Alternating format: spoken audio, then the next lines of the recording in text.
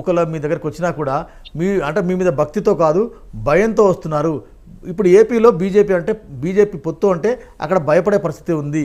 TDP Janasena okay, కానీ BJP కలిస్తే కాస్త మైనస్ అవుతుంది. సరే, సేమ్ టైం తెలంగాణలో కూడా ఆ పరిస్థితి వస్తే కాంగ్రెస్ నెత్తిలా పాలు పోసినట్టే. ఈ రెండు అంశాలు ఎట్లా చెప్తారు?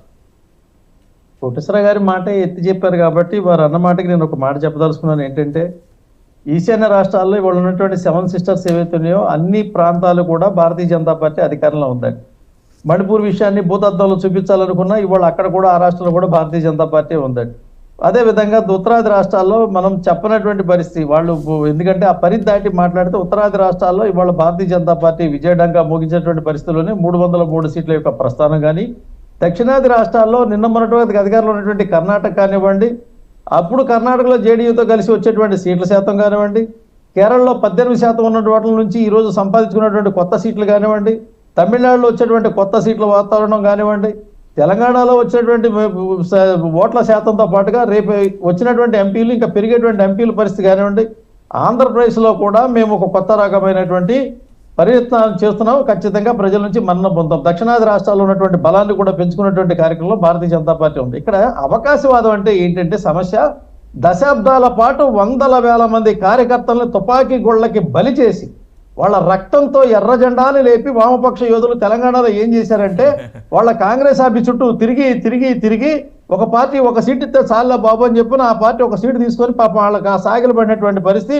ఒక పార్టీ ఎవరు ఇవ్వకపోతే బాధ లేదు, నేను పక్కెళ్ళిపోతాను, పక్కెళ్ళిపోయినటువంటి అవకాశవాదం అంటే ఎలా ఉంటుంది, భయం అంటే ఎలా ఉంటుంది అంటే మీరు చెప్పినట్టుగానే నరేంద్ర మోడీ గారి మీద యుద్ధం చేస్తాను, నేను చించేస్తాను, బెలూన్లు వేస్తాను, చెప్పులు వేస్తాను, రాళ్ళు వేస్తాను, ఢిల్లీ వెళ్ళి యుద్ధం చేస్తాను. రెండు భయాలు కాదు బాజీ గారు రెండు భయాలు. ఇప్పుడు చంద్రబాబుకు ఏం కావాలి? ప్రొటెక్షన్ కావాలి, రక్షణ కావాలి. అందుకు ఒక జాతీయ పార్టీ అవసరం. అధికారంలో మీరు వస్తున్నారు కాబట్టి మీ అవసరం వారికి ఉంది. ఇక్కడ పార్టీ సర్వైవల్ కావాలి కాబట్టి, పార్టీ బతకాలి కాబట్టి మీ అవసరం ఉంది. కేవలం భయమా అంతే, భక్తి కాదన్నది. ఇక్కడ ఒక మాట చెప్తాను. 2014 నుంచి 18 వరకు ఉన్నటువంటి తెలుగుదేశం పార్టీ కాంగ్రెస్ పార్టీతో కలిసింది ఏంటది? భయమా, భక్త్యా, అవకాశవాదమా? మీరు చెప్పండి. 2 తెలంగాణలో బీఆర్ఎస్ 2004లో కాంగ్రెస్ పార్టీతో, 2009లో తెలుగుదేశం పార్టీతో కలిసి ఎన్నికలకు వెళ్ళింది. మరి వాళ్ళిద్దరికి భయమా, అవకాశవాదమా? ఇక్కడ రాజకీయాల్లో అవసరాన్ని బట్టి వాళ్ళ కుటుంబాలను కాపాడుకోవడం కోసం, ప్రజల్లో సంపాదించుకోవడం కోసం ఆధారపడినటువంటి ఏ ప్రాంతీయ పార్టీలు ఉన్నాయో వాళ్ళు జాతీయ పార్టీలు అధికారంలో ఉన్న వాళ్ళ కోసం వాళ్ళ సరసన చేరాలని చెప్పి, వాళ్ళ పంచలు ఉండాలని చెప్పి ప్రయత్నాలు చేస్తాయి.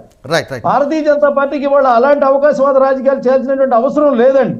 నేను ఇంకో మాట చెప్తాను. ఇందాక వారు అడిగారు కవిత గారిని ఎందుకు అరెస్ట్ చేయలేదని. కవిత గారి కేసు ముడిపడి ఉంది. ఆప్లో ఉన్నటువంటి, ఇప్పుడు అరెస్ట్ అయ్యి జైల్లో ఉన్నటువంటి ఏదైతే జేఎన్యూ లీడర్లు ఎవరైతే ఉన్నారో, వామపక్ష యోధులు ముసుగేసుకున్నటువంటి ఆప్ నాయకులు ఎవరైతే ఉన్నారో వాళ్ళు ప్రస్తుతం జైల్లో, మసాజుల్లో జైల్లో ఉన్నారు.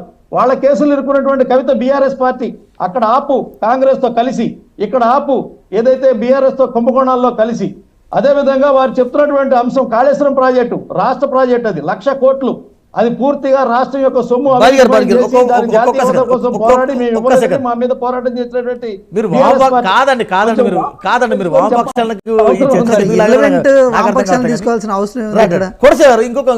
ఇంకొక వార్త బీజేపీ సంబంధించి అవకాశవాదాలకి రాజకీయ పార్టీ. ఇంకా మనం వేరే ఇష్యూలోకి వెళ్దాం. ఒక చిన్న వార్త. నిన్న బీజేపీ ఎల్పీ నేతగా ఏలేటి మహేశ్వర్ రెడ్డిని ఆ పార్టీ హైకమాండ్ ప్రకటించింది. అయితే ఒక పత్రిక రాసింది బీసీ నినాదానికి బ్రేక్ అని, బీసీలు ఆదరించలేదని, ఎంపీ సీట్లలో బీసీలకు ఇప్పుడు మళ్ళీ కోత పెట్టబోతున్నారని రకరకాల వార్తలు. అంటే బీసీ నినాదానికి బీజేపీ